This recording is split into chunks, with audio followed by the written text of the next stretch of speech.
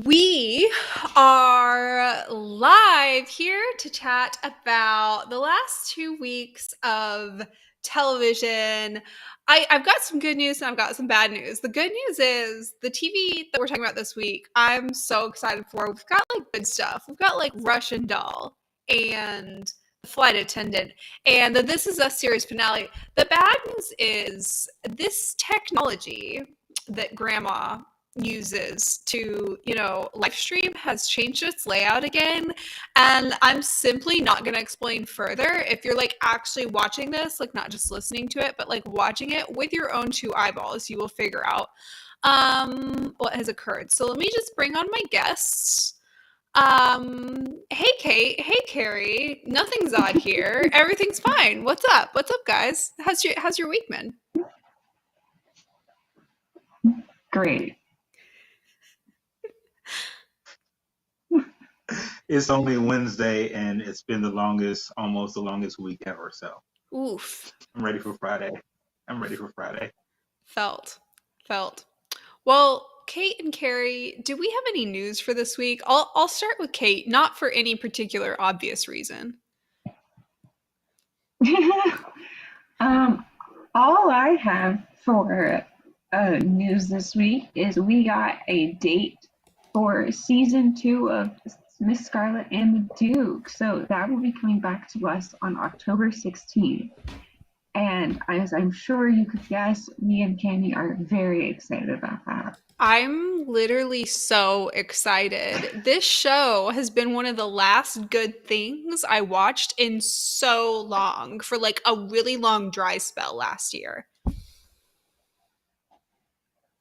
Yeah, it was one of the highlights, and it was not like one of the top tier best ones that left you thinking about it all the time, but it was one of those that it was just consistently really good, and it was enjoyable, and it didn't make you think too hard, but it wasn't just without any substance. It was a really nice, just casual watch that could get you somewhat invested and was consistent about it. So. You say it doesn't make you think too hard, but I'm still thinking about that scene of them in the kitchen. So. Okay, fair. Any other news? Carey, you've been promoted from the bar to the top of the screen. Do you have any news?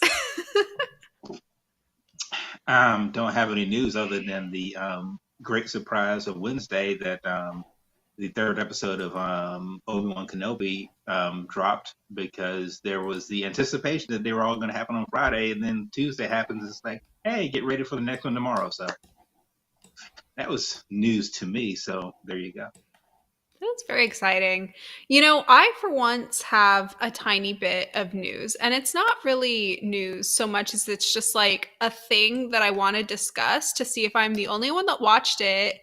And if you did watch it, I want to know your opinions based on like the news itself and not the movie. And that is the menu. Did either of you see the trailer for the Anya Taylor-Joy movie, The Menu? I did not. I feel like I saw it weeks ago or something like that. I could be confusing it with something else, but I haven't seen it in the past week. Okay. There might have been like an immediate teaser that came out probably like a week or 2 weeks ago. I didn't see that then, but there was like the first full length trailer, like the first like 2-minute trailer came out today.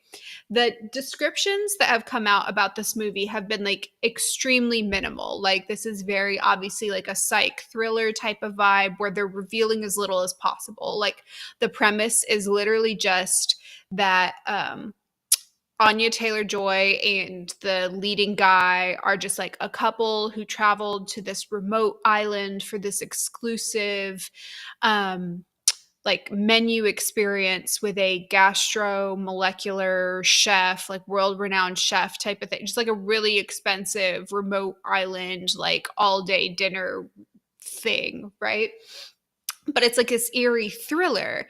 And I can like, if you even just hearing my description, even without having seen the trailer, you probably jump to the same conclusion that everybody else did, that I also did, which is like, oh, cannibalism. This is this is a thriller about cannibalism. And that's what everybody's been saying, having watched it. But now, having watched the trailer, it almost feels like it's too obvious. And I'm like, it has to be something else. Like, it's too straightforward that, like, the twist they're not telling us is that they're like eating people. So, all of this to say, I just wanted to know if you watched the trailer and had any speculations on like what the movie's actually about. I won't shut up until I find the answer. That's all. Okay. Carey, you also mentioned the Gotham Knights trailer. Now, let's just bump this up to news. Tell us where you're at with that. And Kate, did you watch the Gotham Knights trailer? Because I did not. I saw the promo like poster, but I haven't seen the trailer for it. Close enough. You get bumped out of the bar. You're up there now.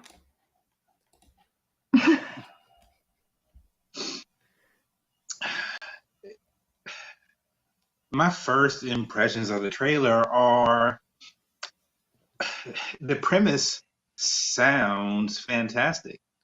And there may be some sort of execution that comes along down the line in the show that might be fine, but what you see in the trailer is decidedly CW in terms of you have these young teen, early 20s, I guess. I don't know how old they're supposed to be.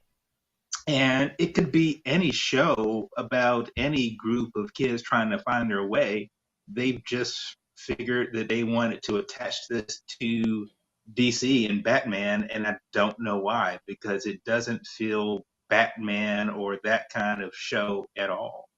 Some of the complaints that I saw about the trailer, and again, I have not seen the trailer, but some of the complaints that I saw about it include, but are not limited to, this trailer looks like it was made with a $7 budget.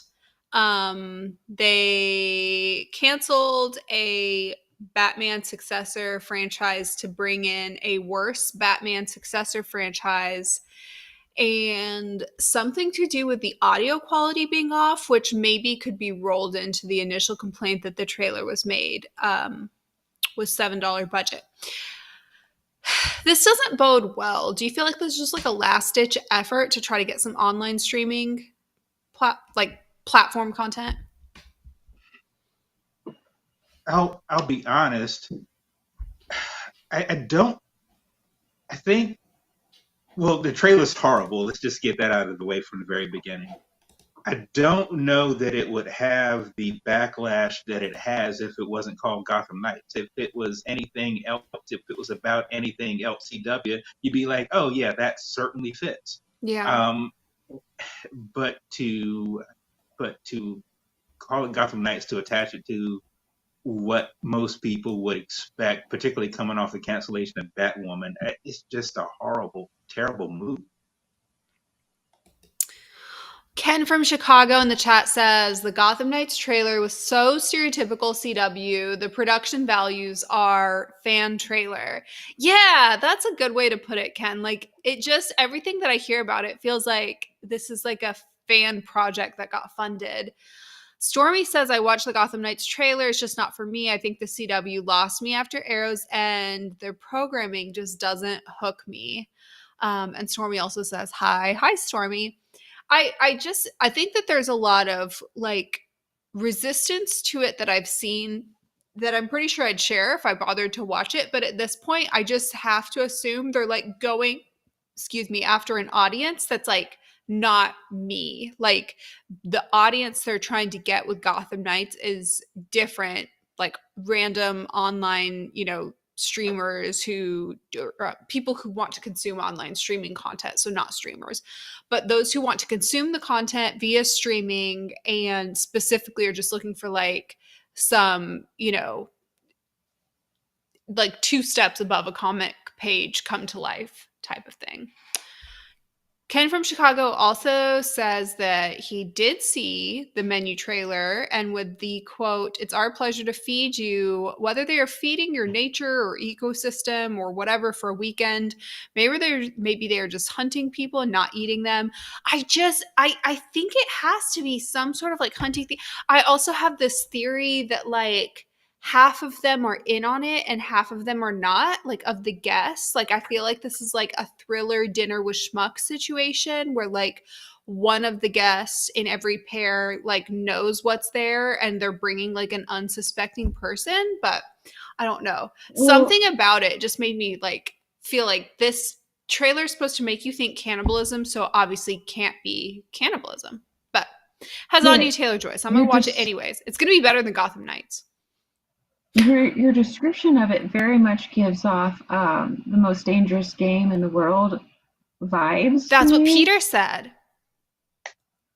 The short story, I like that's one of my favorite short stories, and it's just like it's in my mind now that you've mentioned like certain details about this. So I wonder if it's almost like it's inspired by that mixed with like the use of cannibalism and talk about like I don't know. It's gonna be something about social stuff, but I don't know exactly what the whole point would be. But I'm interested. I would be interested to see it. I'll look at the trailer later. Yeah. That the short story you reference, my husband when he watched the trailer thought the same thing, and then I saw some people mentioning that online. I also wonder, because you just said it might be cueing some social stuff, I wonder if it's like an eat the rich, like the entire premise is eat the rich, which would be really interesting. That would certainly be like, Or you know, environmentalist is more of the cue I got. ooh, because of the like ecosystem thing. Yeah. Well, because you said That would something be, about like molecular gastronomy, and yeah, that's where my brain went, that makes a was lot where of we get our sense. food and stuff like that. It's gonna be one of those Very two. much like Jungle Book meets, and not Jungle Book as in like Jungle Book as in like the meat industry book. It meets Most Dangerous Game. That sounds very interesting. A good pitch. I'm here for the theories regardless. Um Stormy mentioned in the chat, and this like last bit of news, but I want to hear your thoughts on this as well. There's going to be a Walker prequel. Walker being the show I with did I hear like Jensen Ackles or whatever. And the Walker prequel is apparently going to have Kat McNamara in it. Did you guys hear about this? I did hear about this. Are you guys going to be watching it? They're really trying. They're putting their best foot forward to make me try and watch another CW show. I Because we've been saying this for a while, but as the superhero age is starting to die off, we're really in the background just going, all right, period dramas, step up. And it's not exactly a period drama, but it's very close. mm-hmm. Carrie, are you going to be watching Uh, it? I watched the pilot.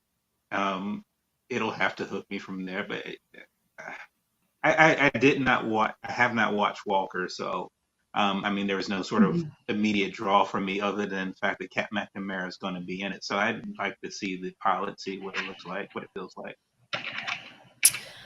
It's this weird thing where, like, okay, on the one hand, Walker is absolutely the kind of show that I would not touch with a 20-foot pole. It's not the setting I tend to prefer, it's not the vibe I tend to prefer. If something has somebody, if something's got a guy in a cowboy hat, it's not for me. It was not intended to be for me. I'm not there, right?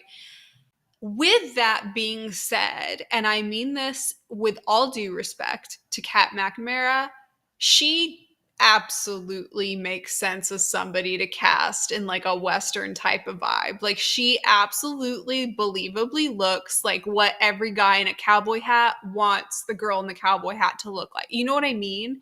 She does the whole like spunky fighter thing. She does the whole like, sass, but still looks like, kind of little bit of like country girl under the, you know what I like, there's just something about it where I'm like, I really, really like her, but like, and I don't like that genre. So I want to say like, no, absolutely. But I'm like, oh, okay. I see what you're going for there. Like if I see why you would cast her in something like that. Ken says period Well, dramas. and it's, Oh, go ahead.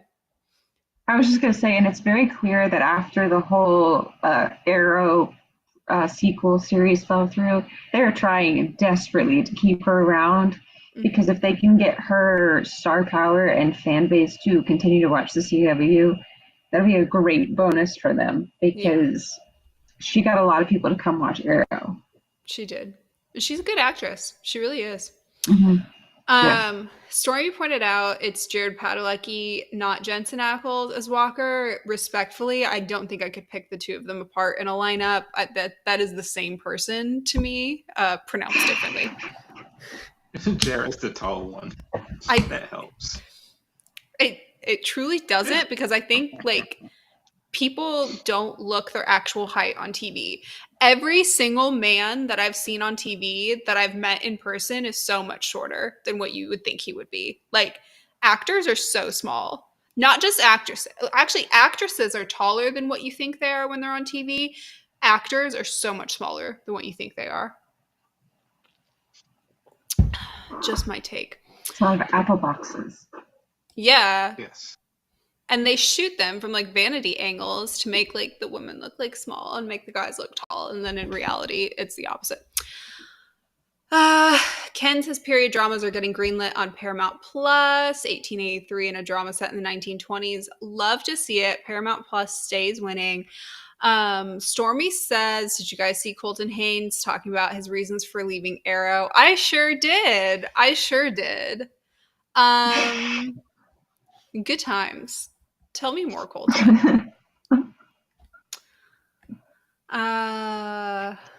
More about Jensen and Jared. I can't even like tell their names apart. Like, you put the two names in a sentence and you're expecting me to tell that one of them is Jensen, one of them is Jared. That's the same thing with like two letters flipped around. That it literally no, that's the same person. Okay.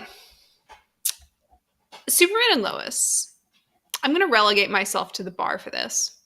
You guys have the screen, the floor, as it were. What did you guys think of this week's episode of Superman and Lois? Because I didn't watch it till today, and literally within the first two scenes of watching it, I was like, thank goodness we have a live tonight, because I immediately want to know what Carey and Kate think about what has been happening with with Clark and Lana in particular. Bold, very bold. Please take it away. I saw the point that they're trying to make, and they raise a valid point about how if Lois knew all these things and there is like some suggestion that she manipulated the friendship, I get it. I understand the perspective that they're trying to have for Lana, but at the same time, I didn't enjoy the execution at all, because she very quickly was like, no, like he saved the world. And she had like valid. He is like saved the world 10 times over. So it's hard for her to be angry. But at the same time, there's kind of the same excuse for Lois. And either way, it's not her secret. Why are you angry at her? Mm-hmm. I just reduced it to it was utter BS. I mean, it's like, what are we doing here? I mean, you could just see the actress playing Lana saying the lines, and there's just sort of this utter lack of believability behind it. It's like, I'm saying these lines because I have to, but none of this makes sense because it's creating strife between two women when it doesn't need to be here at all.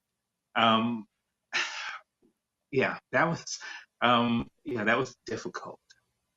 And I wasn't a real big fan of the final decision either, but we'll get to that later. What did you think of the beginning of the episode, like where we see her reaction to Clark telling her? Because we didn't really see that last episode. We see that this episode. And her line of questioning. Well, first thing I noticed, I'm sorry, go ahead. Go ahead. No, go ahead. I don't really have much to say. You can go. The first thing I wanted to point out, and I know this means nothing, but there were cars in the background of the scene. There had to have been people to see him floating. I'm going to die on that hill. There had to have been people who saw him floating. I don't care. And so, yeah, I mean, she just had the revelation, which was basically a game changer for basically everything that she knew and everything that she believed. I thought it was interesting that she obviously asked the question, why didn't you come back for me, or whatever the case may be? And he had a legitimate reason. It's like, hey, you were with Kyle. And then there was this whole like, well, I got the impression she was like, well, you should have fought for me or something. And I'm like, first of all, that's not anything Clark would have done. That's not anything Superman would have done. He would have seen you happy and been happy for you, and you should have been happy. And the fact that you're saying, the fact that she gave the impression that he should have been fighting for her, none of that felt right. So here's the thing. Let me pop up top here. We'll just rotate everybody one degree to the right. There we go. So here's the thing. I think that they were trying to do this thing this episode where people were not saying exactly what they meant. They weren't saying the opposite of what they meant, but they weren't saying exactly what they meant. And there was one point where I think that was pretty successful, where they did a good job of having people circumvent something they couldn't actually say but wanted to say, and one where they did it unsuccessfully. So here's where I think they did it well, and based on what you both have already said, I think you might disagree with me, so this was just for me they did it well. In the scene at the beginning with Clark and Lana, where exactly what Carey was just saying, he, left, he came back, but she was with Kyle, so he didn't stay, and she was saying, you should have told me anyway.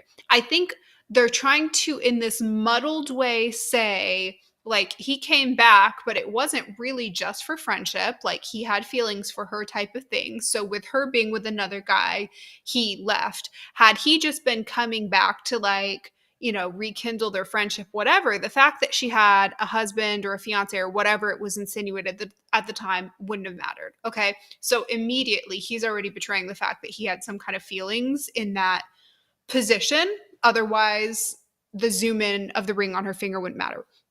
Number two, when she says, oh, well, you should have told me, that is as close as she can get in this situation to say, had you said you had feelings, or had you come back for me, I would have ditched Kyle.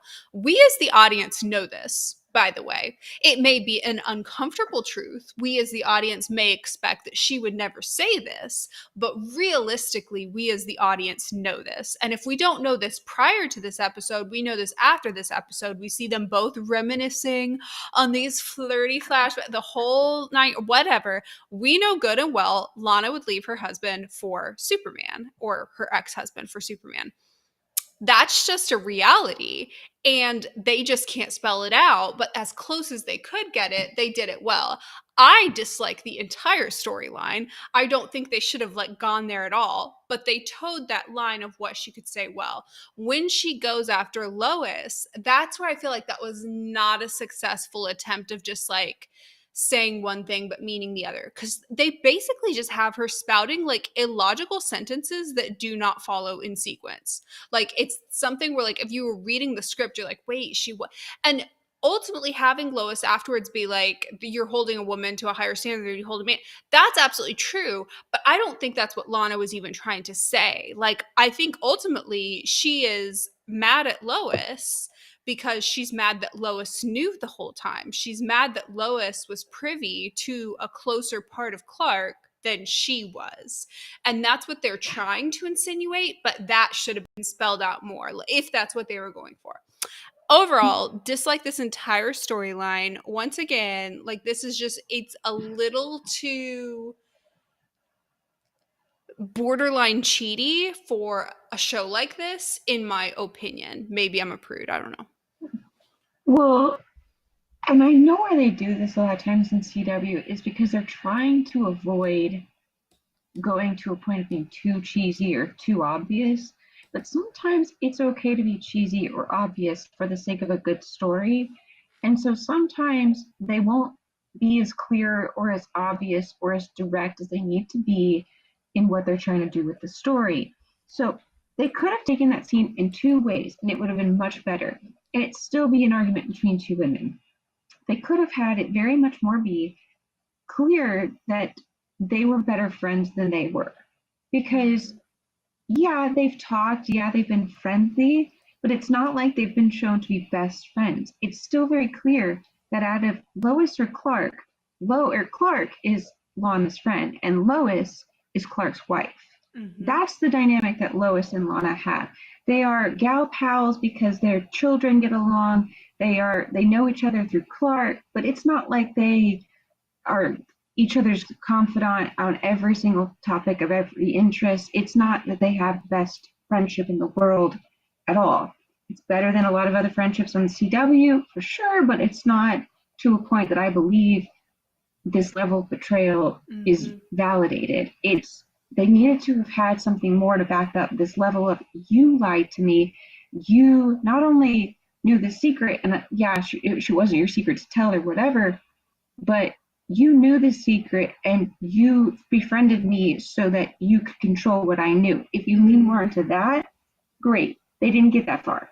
Yeah. Or if they did lean into the Lois knew and Lana didn't, and that's Lana being jealous, if they leaned more into that, also great. But instead, it came off much more as like, I can't be mad at your husband, so I'm going to be mad at you for something that you were just supporting your husband and trying to deal with the circumstances as they lay in the best possible way you could see fit for your husband and your children. And you were trying to be nice to me in the meantime, and it came, like, it all fell apart in this way. And because they couldn't commit to one side or the other, it's just kind of weak on both, and it makes Lana seem really bad, even though we want to understand Lana's perspective. Like, if you take out that terrible scene, you can understand her perspective in this whole situation. She's been lied to. She feels betrayed. I think that's one of those things that they can always do better, explaining that emotional gap whenever that superhero secret is revealed. But this scene really trashes what they were trying to do with the Lois Lana Clark situation, and then it's not helped at all by the final scene with them later on in the garage. That's not reconciled at all. I know they say the words, I'm not mad at you, but that doesn't change anything. You are still mad, and you were valid at being mad, but making it be this like hostile thing, or this thing that she's not being understanding and not fully just explaining or being really specific in the storytelling as to what the true problem is hurting the overall story as it goes. I like your explanation for it. Like, I if that was the direction they went with it, showing Lois and Lana to be very close as a means of then heightening the betrayal feelings between them, I think that would have been interesting. Again, I don't like any aspect of the story that's trying to create a love triangle around Superman, because I think it's just there to stroke his ego. Like, it's them trying to stroke a fictional hero's ego when that guy is literally Superman and doesn't need that level of like pedestaling. But they're just like, let's pick the two hottest women in town, and one of them is Lois Lane, and that's his wife, and the other one is his childhood best friend who's just like desperately in love with him forever, and it's like gag. Like, it's just too much ego stroking for like an all-powerful alien. But the dynamic between the two women could have been, I think, more interesting, but they were kind of like too scared to go with them saying anything like real. So it was just like this illogical argument that falls apart by the end of the episode, but like no feelings are resolved. Carey, what are your Yeah. thoughts? And do you agree with Ken in the chat who says they took way too long to tell Lana that there's an evil doppelganger after her? I'll put a pin in it. I'll come back to that because that sort of ties into the final scene. I would be much more interested, and I will be much more interested in the conversation. I'm assuming it will happen, but I'll be much more interested in the conversation that Lois has with Chrissy, if it gets to the point where the secret has to be revealed, because they have a much different relationship, a much more dynamic relationship, and as much as we've seen it, probably a more intimate relationship as far as Lois is concerned with Chrissy than Lois feels like she might have with Lana. I know that Lana mentioned that Lois is quote unquote sort of her like first person that she calls when she's dealing with a problem, but I don't think anybody feels like Lana is going to be Lois's first call. If she's dealing with something. So, I mean, it is what it is, but I ultimately, I think the conversation that Lois will have to have with Chrissy would be much better in terms of, obviously by comparison, but I'm just interested if we get to that point in the story, I'd be interested to hear that dialogue. Mm-hmm. I think that everybody that has the secret revealed to them, they're going to have to juggle showing that person's sort of appreciation with being let into the circle and that person's level of betrayal. And I think with most characters, the appreciation responsibility, whatever, of being let into the circle will outweigh the betrayal of not having been told this entire time. Lana's the only one that really has that premise of she's known Superman for so long. She's talked to Superman. You know, they had those flashbacks just to remind us that she's basically flirted with Superman a couple times. You know, she has a friendship with him, not just with Clark. And I don't know. That's a hole they've dug themselves into because that's an unnecessary part of the story. That was not a prerequisite to having a Superman and Lois and family story, was having Lana there in that capacity. They could have had her be a family friend. It didn't have to be this specific way. It didn't have to be that she finds out about Superman's true identity 10 minutes after she had invited him inside. You know what I mean? They kind of chose this because they wanted it to be uncomfortable. And I'm just not sure that they're handling that as well as it would need to be handled to be a good storyline to bite off for this show. Doppelgangers and evil whatever aside, you know, the kids got their thing going on, and you know, in terms of like actual plot, one of the most interesting things to come out of like the big bad villain plot, one of the most interesting things to come out of this was Natalie's suit, as far as I'm concerned. The regular plot that's going on is so secondary to the interpersonal dynamics, and I don't mind, but they're being very bold with the interpersonal dynamics they choose to play with. So I don't know. What do you think of Natalie's suit? There's one thing I hate about it. I hate that she built it for Jonathan. The hell are we doing here? I guess I like the fact that she is selfless in that sort of respect, sort of like her dad. I sort of appreciate that.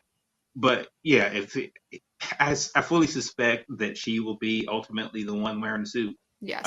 But the fact that she built it for him, I don't necessarily like that aspect of it. Mm-hmm. Well, I thought she said she built it for herself, but then she kind of saw it as an answer, a temporary answer to protect Jonathan. If like he stayed in the suit whenever he ran into the doppelganger, the doppelganger couldn't combine with him. Like, I kind of feel neutral on the whole storyline with that one as well. I think it's interesting. like it, but I also get a little frustrated right now with all of the kids storylines, all of them right now is they're doing a lot of the very up and down levels of maturity for everybody, and it's a lot of whiplash, and it's uncomfortable, and it's not in a good way telling a story, because some, like, they're, and I know this is teenagers, how teenagers act, but that they're demanding that the characters are constantly going, we deserve more respect from the parents, while also doing some of the most irresponsible stuff.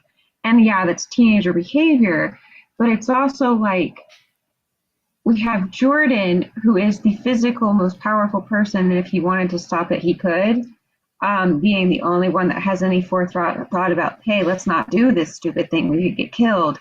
And he's not stopping it. And then he also is the one who causes the rock fall. And it's just really inconsistent with what they've been trying to tell us, that they are mature kids, that they are very aware of the dangers of this world. And I've just gotten really frustrated with how much of a plot device they've been this season rather than actual characters, which they were last season. They have been kind of plot devicey this season. I can see them trying to give the kids something interesting each. So you see, Sarah getting her, storyline of basically having to parent her parents, and then she gets to sing her songs. She has her thing that's separate from everybody else.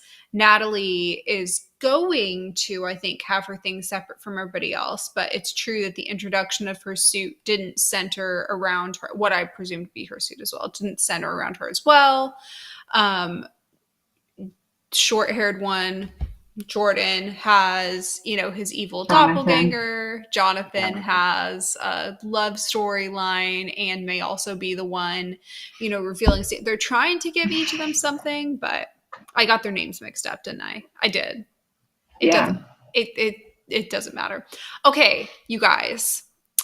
We're going to have to come back to Superman and Lois because we need to get into what else we watched this week, because I realize that we only have now 5 minutes each for our what else we watched this week rant, and I think mine's going to take at least 5 minutes, but it involves a question that I need you guys to answer. Okay. So, have you seen those questions where it's 4 multiple choice and it's would you rather have a familiar dish at a familiar restaurant, a new dish at a new restaurant, a familiar dish at a new restaurant, or a new dish at a I don't know. I'm probably saying, you know the question type I'm talking about, right? You don't have to answer it, but do you? Okay, cool. I suppose so. So, I watched a lot of shows in the last 2 weeks that involved chaotic women and chaotic circumstances. So, would you prefer shows about chaotic women in fairly normal circumstances, non-chaotic women in chaotic circumstances, chaotic and chaotic, or non-chaotic and non-chaotic? Does that make sense? This is in relation to The Flight Attendant and Russian Doll, but just in general, thinking about things like Queen's Gambit, or even, more generally, what we see in Batwoman or Legends or something like that. What's your sweet spot?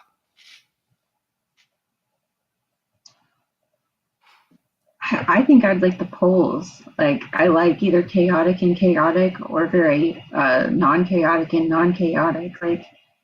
I like hyper-realistic with hyper-realistic characters with hyper-realistic expectations in that.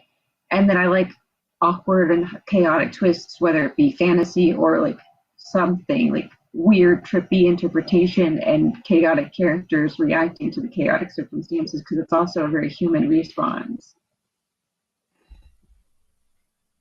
I personally prefer normal and chaotic because I just want to know. That's sort of my personality, and it's just sort of how greatly can I react to these circumstances before I become chaotic myself, right? So normal and chaotic. Normal and chaotic. Okay. So I kind of mentally categorized the flight attendant and Russian doll. The flight attendant has a very chaotic woman. And I'm going to say, and this isn't going to sound like realistic to the show, but she's actually in fairly normal circumstances. I know the premise of the show, see, you know, like there's murders and she's a flight attendant and she ends up working as like an assistant to the CIA. But like in any given scene, you see her in a plane being a flight attendant, in training for being, you know, like safety training for being a flight attendant, sitting in a little apartment talking to her friends, sitting in AA, going to a little amusement park. Like the circumstances that she's in, even when it's something like at one point she was like in a strip club, like an environment that you would typically see as chaotic, but it was like a strip club when it was like not operational. So there was like nobody there and she was just like there to talk to the owner at one point. She was at a carnival, but it was like middle of the day, like not even like nighttime going through wall of mirrors, like consistently fairly calm versions of what would be a chaotic environment. When she's at the CIA, she was like in a boring office, you know, like just, but she is chaotic. She is extremely reactive. She is over the top. When everybody else is calm, she's like going crazy. Love it. Then you have Russian Doll, and that's what you were describing, Carey, where it was like, it's crazy over the top situations, ends up on a train and is traveling through time to God knows where, and there's cocaine and stolen gold, and she's giving birth to herself, just like extremely like surrealist, crazy stuff. And yet through all of it, she's just unflappably calm and like comedic and funny in extremely dark or whatever situations. And I feel like in both situations, it's like saving television because those are like the best shows I've watched in a long time. But I got to thinking about which one would be preferred.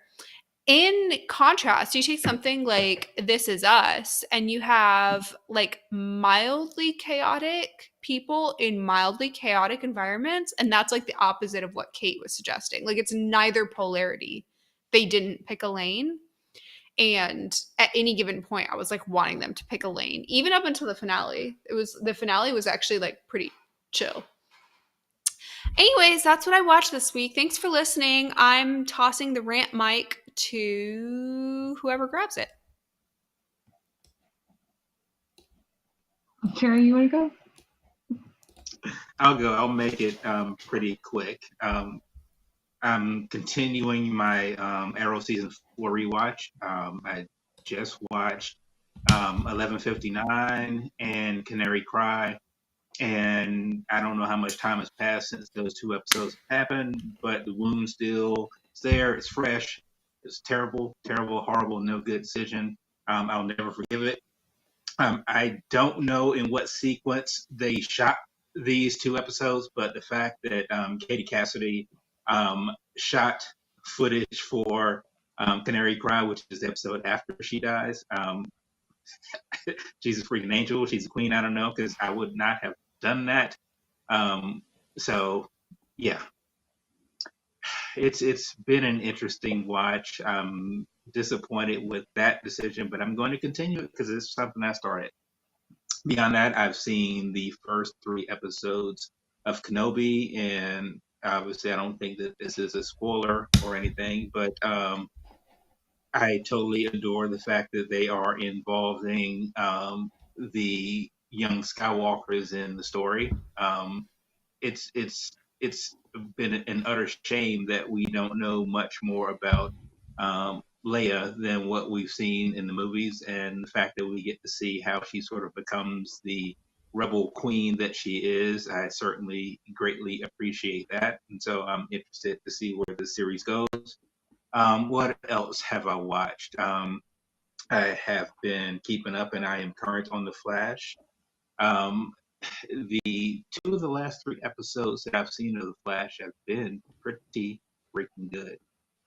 So I'm happy I came back. The first one was Funeral for a Friend, which I thought was fantastic. It's really difficult to do the show after a quote unquote main character dies, but they did it incredibly well, I thought. So I really liked that episode.